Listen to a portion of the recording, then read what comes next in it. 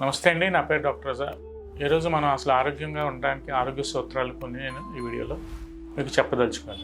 So జనరల్గా మనకి day to day లైఫ్లో మనం వీటిని ఈ కర్రీ లైఫ్లో మనం అన్నీ ఇగ్నోర్ చేసుకుంటూ ముందుకు వెళ్ళిపోతూ ఉంటాము. కానీ వీటిని మనం చాలా స్ట్రిక్ట్గా కొన్ని బేసిక్ లైఫ్ రూల్స్ అనేవి, లైఫ్ మెషర్స్ అనేవి మనం పాటిస్తూ ఉంటే మనం హెల్తీగా ఎటువంటి అనారోగ్య బారిన పడకుండా యంగ్ ఏజ్లో కానీ, చిన్న ఏజ్లో కానీ, మిడిల్ ఏజ్లో కానీ మనం ఎటువంటి మందులు వాడకుండా, మీరు ఎటువంటి డాక్టర్ గారి దగ్గరికి వెళ్ళకుండా, ఏ వైద్య పరీక్షలు చేయించుకోవాల్సిన అవసరం లేకుండా మనం ఈ బేసిక్ లైఫ్ మెషర్స్ ఏవైతే ఉన్నాయో వాటిని మనం పాటించుకుంటే మనం చాలా హెల్తీగా ముందుకెళ్ళొచ్చని ఈ వీడియో ద్వారా చెప్పదలుచుకున్నాను. సో అసలు ఏముంటాయి basic life measures, basic life healthy measures ఏముంటాయి అనేది నేను కొద్దిగా వివరంగా ఒక 5 to 10 minutes ఈ వీడియోలో చెప్పదలుచుకున్నాను. సో దీంట్లో ఫస్ట్ అండ్ ఫార్మోస్ట్ థింగ్ ఏంటంటే ప్రాపర్ స్లీప్. అంటే అసలు first and foremost thing proper sleep అనేది ఏంటి అంటే, ఇప్పుడు ఏమన్నా మోడర్న్ డే లైఫ్ సొసైటీలో నైట్ 1 గంట వరకు, 2 గంటల వరకు మొబైల్ గ్యాడ్జెట్స్కి అడిక్ట్ అయిపోయి 2 గంటల వరకు పడుకోకుండా, అలాగే ఈ డిజిటల్ మీడియా, ఈ ఫోన్లు చూస్తూ ఆ బ్లూ లైట్స్కి ఎఫెక్ట్ అయినప్పుడు జనరల్గా మనకి స్లీప్ సైకిల్ ఏదైతే ఉంటుందో ఆ స్లీప్ సైకిల్ అంతా డిస్టర్బ్ అయిపోయి జనరల్గా మనకు బాడీలో ఏదైతే సర్కాడియన్ రిథమ్ అంటాం, ఆ రిథమ్ అంతా డిస్టర్బ్ అయిపోవటం వల్ల బాడీలో ఎక్కడ మనకి కొత్త అనారోగ్య సమస్యలు అనేవి ఆ బేసిక్ అక్కడ నుంచే స్టార్ట్ అయిపోతూ ఉంటున్నాయి. సో జనరల్గా మనకి నిద్ర అనేది ఎంతవరకు బేసిక్గా ఒక నార్మల్ మిడిల్ ఏజ్డ్ పర్సన్ కానీ, ఒక యంగ్ హెల్దీ ఇండివిజువల్కి 6 to 8 hours లేదంటే 8 to 10 hours బేసిక్ స్లీప్ అనేది చాలా అవసరం అండి. కానీ ఈ రోజుల్లో మనం అది పాటించట్లేదు. ఎప్పుడో నైట్ 12 వరకు, 2 గంటల వరకు టీవీలు చూడటం, ఇందాక నేను చెప్పినట్టు ఫోన్లు చూడటం, ఎర్లీ మార్నింగ్ మనకి సన్ రైజ్ ముందే మనం లెగిసి మన పనులని మనం పూర్తి చేసుకుని కాస్త వాకింగ్ కానీ, మెడిటేషన్ కానీ, లేదంటే మన లైఫ్ స్టైల్ హ్యాబిట్స్ మనం అలవాటు చేసుకోవాల్సిన అవసరం. ఒకప్పుడు మన పూర్వీకుల్లో మనకి సూర్య నమస్కారం అనేది ఉంటూ ఉండేది.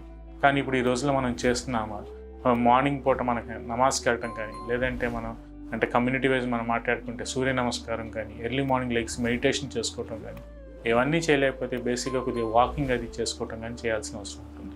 సో ఎర్లీ మార్నింగ్ అంటే మనకేంటి ఇప్పుడు ఈ రోజుల్లో 8, 9, 10. సో ఇప్పుడు ఆ టైంలో మనం లేచి ఇంకా మనకి ఏముంటుంది. సో మన బాడీలో డిస్టర్బెన్సెస్ అనేవి అక్కడి నుంచే మనం అన్హెల్దీ అయిపోవడానికి ఫస్ట్ బీజం అక్కడి నుంచే స్టార్ట్ అవుతుంది.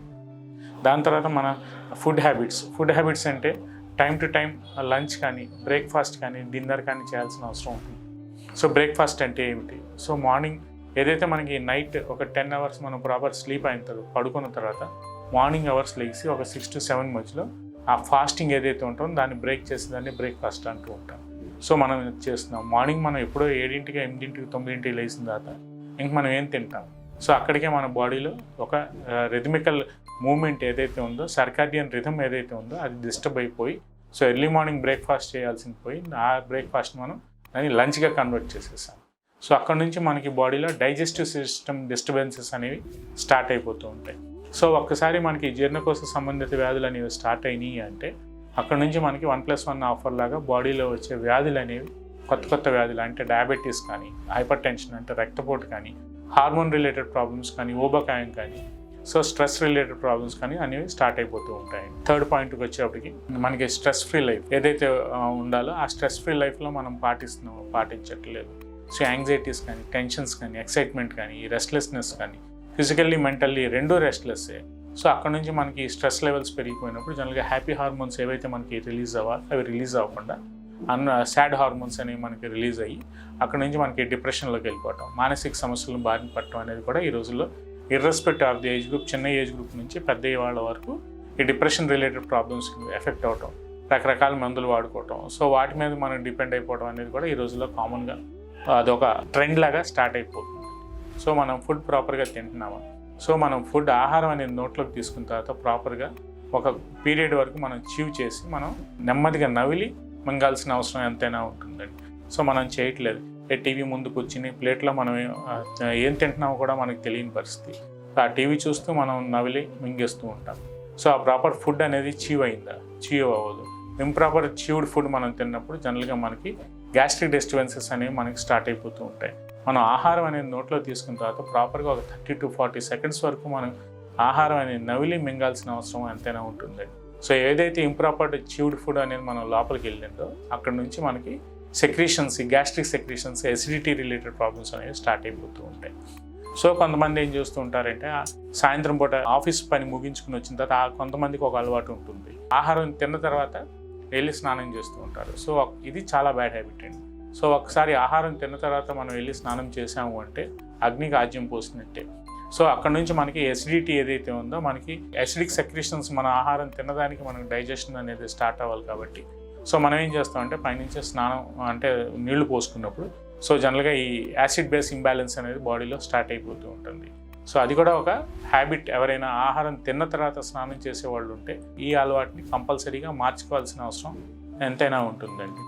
అలాగే కొంతమందికి నేచర్ కాల్స్ అంటే యూరిన్కి వెళ్ళాలన్నా లేదంటే వాష్రూమ్స్కి వెళ్ళాలన్నా ఆపుకుంటూ ఉంటారు. సో అలాంటి వాళ్ళలో కూడా ఈ బాడీలో డిస్టర్బెన్సెస్ అనేవి ప్రాపర్గా స్టార్ట్ అయిపోతూ ఉంటాయి. సో మనకి బ్లాడర్ ప్రాబ్లమ్స్ అనేవి, యూరినరీ బ్లాడర్ ఇన్కాంటినెన్స్ అనేది కూడా for the period of time గ్రాడ్యువల్గా ఒక్కసారి కనిపించకపోయినా యూరిన్ అనేది హోల్డ్ చేసినప్పుడు బ్లాడర్ యొక్క కన్సిస్టెన్సీ అనేది తగ్గిపోతూ ఉంటుంది. సో అది ఫ్యూచర్లో పోయినప్పుడు మళ్ళీ వాటికి సంబంధించిన వేరే ప్రాబ్లమ్స్ అనేవి స్టార్ట్ అయిపోతూ ఉంటాయి. కొంతమంది నిలవ పదార్థాలు ఇంట్లో ఏం చేస్తూ ఉంటారు, పచ్చళ్ళు కానీ ఇవి కానీ ఏదైనా సరే నిలవ పెట్టి లేదంటే ఫ్రిడ్జ్లో పెట్టి నెలల తరబడి మళ్ళీ వాటిని తీసి వాడుతూ ఉంటారు.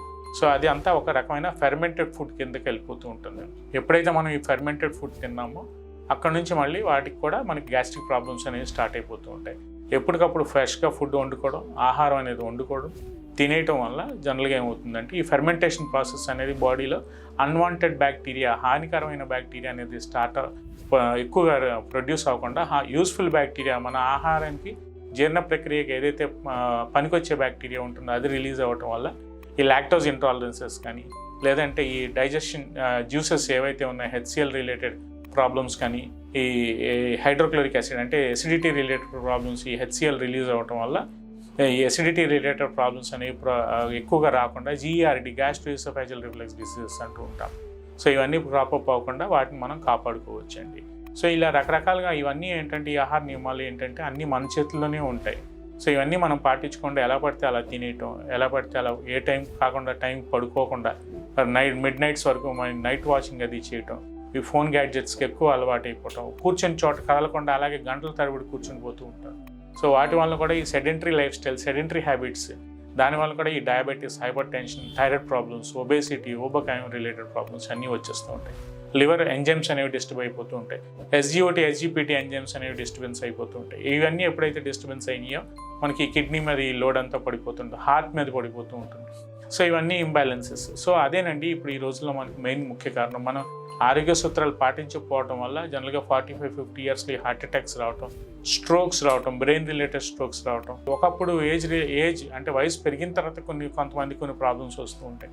అలా కాకుండా ఈ మిడిల్ ఏజ్లోనే ఎక్కువగా ఈ ప్రాబ్లమ్స్ రావటం వల్ల, లేదంటే కొంతమంది బాడీ బిల్డింగ్కి, మసిల్ బిల్డింగ్కి ఇంజెక్షన్స్ అవి తీసుకుంటుంటారు. వాటి వల్ల కూడా సైడ్ ఎఫెక్ట్స్ 100% ఉంటాయండి. సో ఏదైతే మనకి న్యాచురల్గా జరగాల్సిన ప్రాసెస్ జరగకుండా దాన్ని అబ్నార్మల్గా ప్యాథలాజికల్ ప్రాసెస్లో తీసుకెళ్తూ ఉంటాము. సో వీటి వల్లనే మనకి ఈ ప్రాబ్లమ్స్ అనేవి స్టార్ట్ అయిపోతుంటాయి. అందుకని చిన్నపిల్లల్లోనే తొందరగా జుట్టు నెరిసిపోవటం, లేదంటే ముడతలు వచ్చేయటం, ఏజ్ కంటే ఎక్కువగా ఓల్డ్ ఏజ్ లాగే కనిపించడం, ఇవన్నీ ఎక్కువగా కనిపించే మన ఆహారం మన రెగ్యులర్గా మనం చేసుకునే అలవాట్లు బట్టే ఉంటాయి. సో ఇవన్నీ మనం పాటించలేకపోయినా కొంతవరకు మనం వీటిని అన్నిటినీ చేంజ్ చేసుకుంటూ మానిటర్ చేసుకుంటే మన జీవితాన్ని మనం ఎక్కువ మందుల బారిన పడకుండా, మనం ఎటువంటి డాక్టర్స్ దగ్గరికి వెళ్లకుండా, ల్యాబ్ పరీక్షలు చేయించుకోకుండా, ఎటువంటి టెస్టులు బారిన పడకుండా మన ఆరోగ్యాన్ని మన చేతుల్లో కాపాడుకోవచ్చని ఈ వీడియో ద్వారా నేను చెప్పదలుచుకున్నాను.